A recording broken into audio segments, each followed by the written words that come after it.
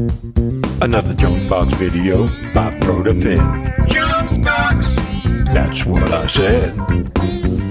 Junkbox! Don't buy it, make your own. Junkbox! Get the stuff out of your junk box.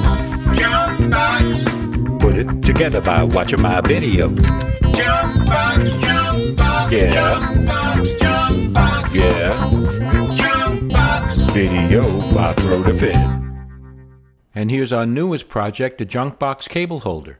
Put your cables on it, put your headphones on it, or anything else in your studio. And you can show your individuality with custom guitar headstock artwork.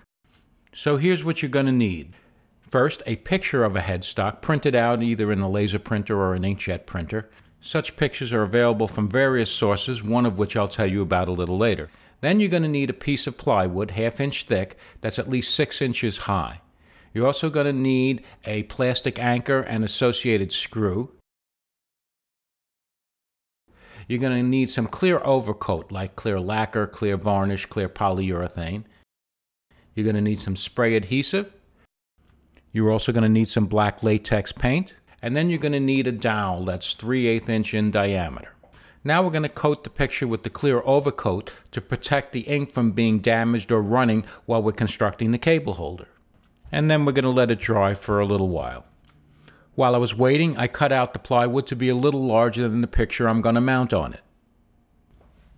And now that I've done that, I'm going to cut off the excess paper around the picture so that when I put the glue on, I won't have to spray it all over the place. Okay, so now I'm just finishing cutting it out. Now I'm going to turn it over. And then I'm going to take the spray adhesive and spray both the piece of wood and the back of the headstock picture.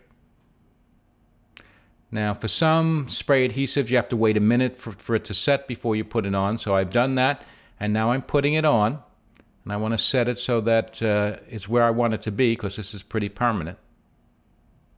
Now that I have that, I have to cut it out.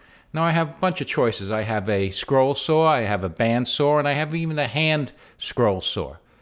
But today I'm going to use my machine scroll saw, which is pretty ancient looking, isn't it?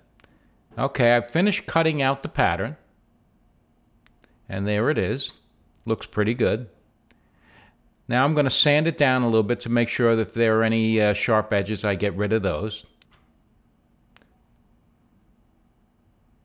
And now I'm going to drill a 3/16 inch hole approximately 4 inches up from the bottom of the headstock and centered on its width. And I'll drill that all the way through. And that 3/16 inch hole provides clearance for the screw that's going to go into the plastic anchor later. Next I'm going to start to drill another 3/16 inch diameter hole about 2 inches up from the bottom and centered. And then I'm going to tilt it about maybe 10 degrees and then finish the hole. And then I'm going to change out the drill bit and get a 3/8 inch drill bit and complete that hole so that I can put in the 3/8 inch dowel. And there it goes. So it fits in nicely. Now I've cut the 3/8 inch dowel to about 4 inches and rounded off the top, and I'm putting an old drywall screw in there as a holder so I can paint it black. Again, using that same black paint we had before. And you notice I'm using an artist brush, and that's going to be very important when we're painting those little tight spaces on the sides. And here we go. Let's start painting the sides. And whoops, I got a little paint on there. But no worry, since I put the overcoat on, I can just wash that off with a little damp cloth. And that's really important when you're trying to get in those tight spots later on. And here I'm finishing up painting all the nooks and crannies on the sides. Oh, got a little on there. I'm going to take that off. Going to let that dry. And now I'm going to give it a final overcoat with some spray varnish or lacquer or poly or whatever. And that'll give it some increased protection when I use it in my studio. I've glued in that 4-inch dowel that I cut out before and painted before. And I'm ready to mount it. Now the plastic anchor I'm using actually screws into the wall and doesn't really need a starter hole, but I like to put a starter hole in because it makes it a little easier. Whatever plastic anchor you're using, drill the appropriate hole. and then either, as in this case, screw it into the wall or just insert it into the pre-drilled hole. I'm going to screw that plastic anchor in. Take the screw, put it through the hole in the cable holder, and screw that right to the wall.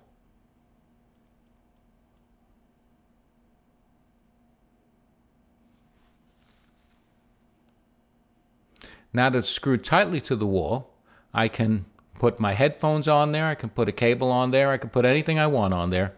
And you notice I've made a number of them with different styles. And I've also made a variation that instead of using the dowel, uses a little cable holder rack for smaller cables.